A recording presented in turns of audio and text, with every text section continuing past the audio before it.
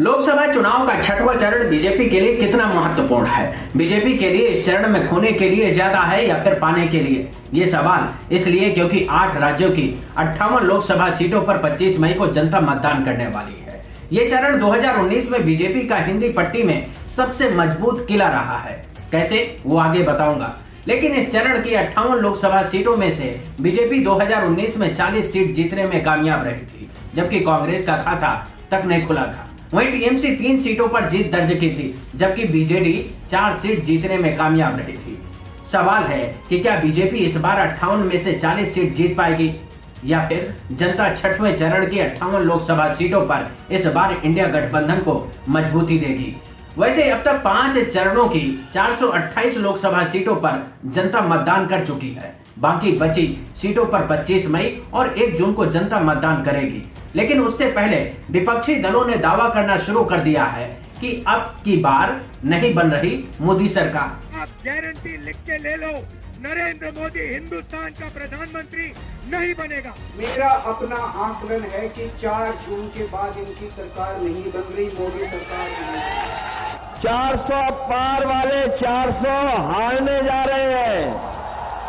तो क्या सच में जनता ने मोदी सरकार को केंद्र की सत्ता से हटाने के लिए मतदान किया है? क्या ग्राउंड रिपोर्ट इंडिया गठबंधन की सरकार बनाने की तरफ इशारा कर रही है कि नरेंद्र मोदी जी भी अंततोगत्वा ये स्वीकार रहे हैं कि इंडिया वाले आ रहे हैं?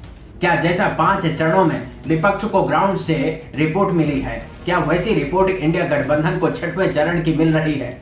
दरअसल जिन 8 राज्यों की 58 लोकसभा सीटों पर मतदान होना है, उनमें हरियाणा की 10 में से 10 लोकसभा सीट बीजेपी 2019 में जीतने में कामयाब रही थी। लेकिन इस बार बीजेपी के लिए ऐसा रिजल्ट दोहरा पाना मुश्किल है, क्योंकि हरियाणा की जनता मोदी सरकार के खिलाफ है। बीजेपी ने तो ऐसा बेड़ा गर्क किया है सर, और हरियाणा को इन्होंने बेरोजगार राज्य के नाम से फेमस कर दिया। हमें शर्म आने लगी। हरियाणा का तो इतना 10 साल में खट्टर ने इतना बेड़ा गर्क कर दिया है, हद से भी ज्यादा। इसी तरह से दिल्ली की 7 लोकसभा सीट बीजेपी 2019 में जीतने में कामयाब रही, पर इस बार ऐसा होगा ये नामुमकिन सा दिखता है, क्योंकि इस बार आप और कांग्रेस दिल्ली में मिलकर चुनाव लड़ रही हैं। इस गठबंधन ने दिल्ली में बीजेपी की 100% जीत की गारंटी पर सेंध लगा दी है।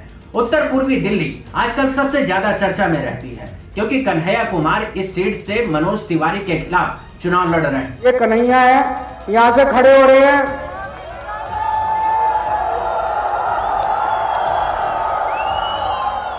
यहाँ पे आपको झाड़ू का बटन नहीं मिलेगा, यहाँ पे आपको पंजे का बटन मिलेगा। 2 नंबर का बटन है, 2 नंबर के बटन दबा के भारी बहुमत से जिताना है और रिंकिया के पापा को हराना है।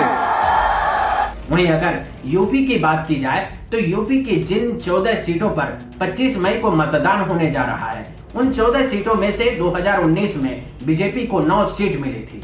एसपी गठबंधन में शामिल बीएसपी को 4 सीट मिली थी, जबकि एसपी सिर्फ 1 सीट जीत पाई थी। लेकिन पूर्वांचल के रण में समीकरण बदल चुके हैं, क्योंकि ना तो बीएसपी साथ है, ना तो जनता का वैसा सरकार पर विश्वास है।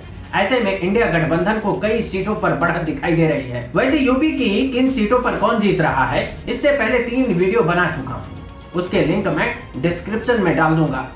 अब बात बिहार की करते हैं। छठवें चरण में बिहार की 8 लोकसभा सीटों पर जनता अपने मत का इस्तेमाल करेगी। इस चरण की 8 सीटों पर 2019 में बीजेपी 4, जेडीयू 3 और एलजेपी 1 सीट जीतने में कामयाब थी। लेकिन इस बार आरजेडी और कांग्रेस का गठबंधन बीजेपी के लिए चुनौती बना हुआ है, क्योंकि तेजस्वी यादव की लोकप्रियता और रोजगार का मुद्दा जनता के बीच सिर चढ़कर बोल रहा है।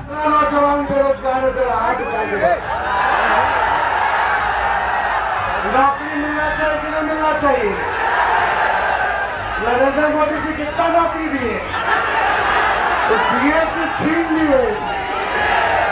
वहीं पश्चिम बंगाल की अगर बात करें तो पश्चिम बंगाल की 8 लोकसभा सीटों पर 2019 में बीजेपी 5 और टीएमसी 3 सीट जीतने में कामयाब रही। लेकिन इस बार ऐसा होगा, ये सवाल बड़ा हो जाता है, क्योंकि ये सभी आदिवासी बहुल सीट हैं। सवाल है कि आदिवासी इस बार भी बीजेपी के साथ जाएगा, क्योंकि झारखंड के पूर्व मुख्यमंत्री हेमंत सोरेन को सरकार के इशारे पर लोकसभा चुनाव से पहले ईडी ने गिरफ्तार कर लिया। ऐसे में झारखंड समेत आदिवासी बहुल सीटों पर हेमंत सोरेन की गिरफ्तारी से आदिवासी समाज में नाराजगी देखने को मिल रही है। जब हाथ के पंजे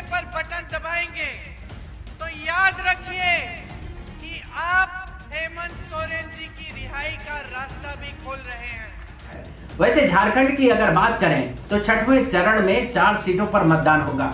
इस चरण की सभी सीटों पर बीजेपी का कब्जा है। ऐसे में इन सीटों को बचाना बीजेपी के लिए चुनौती बना हुआ है, क्योंकि आदिवासी समाज का सहानुभूति वोट बीजेपी के खिलाफ जाता दिख रहा है। इस चरण में जम्मू कश्मीर की अनंतनाग राजौरी लोकसभा सीट पर भी चुनाव होगा, जहां इंडिया गठबंधन ने अपना उम्मीदवार उतारा है, जबकि बीजेपी ने नहीं उतारा है, किसी दूसरे दल को समर्थन दिया है। ये छठवें चरण का समीकरण है। इस चरण में हिंदी पट्टी के राज्यों दिल्ली, हरियाणा, बिहार, यूपी, झारखंड में वैसी जीत मिलेगी जो 2019 में मिली थी।